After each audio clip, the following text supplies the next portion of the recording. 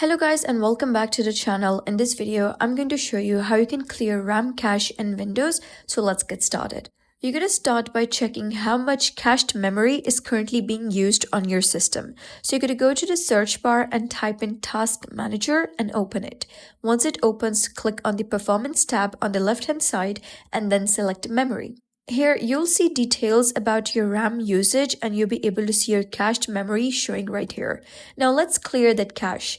Open your preferred web browser and search for RAMMAP, that's spelled as RAMMAP as one word.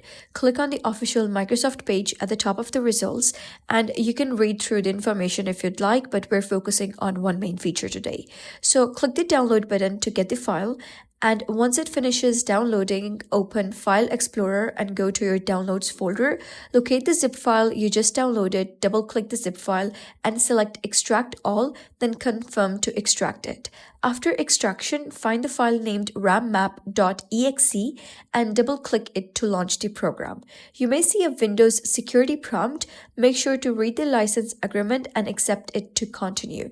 The program will take a few minutes to load. Now, to clearly see the difference, place Task Manager and RAMMAP side by side on your screen. In Task Manager, you can see the cached memory. Next, in RAMMAP, go to the top menu, click on Empty and then choose Empty Standby List. And as soon as you click it, you'll notice a major drop in cached memory. And well, that's basically how you quickly clear your RAM cache in Windows. So if you found this guide helpful, give it a thumbs up and don't forget to subscribe for more helpful tutorials. I'll see you in the next video.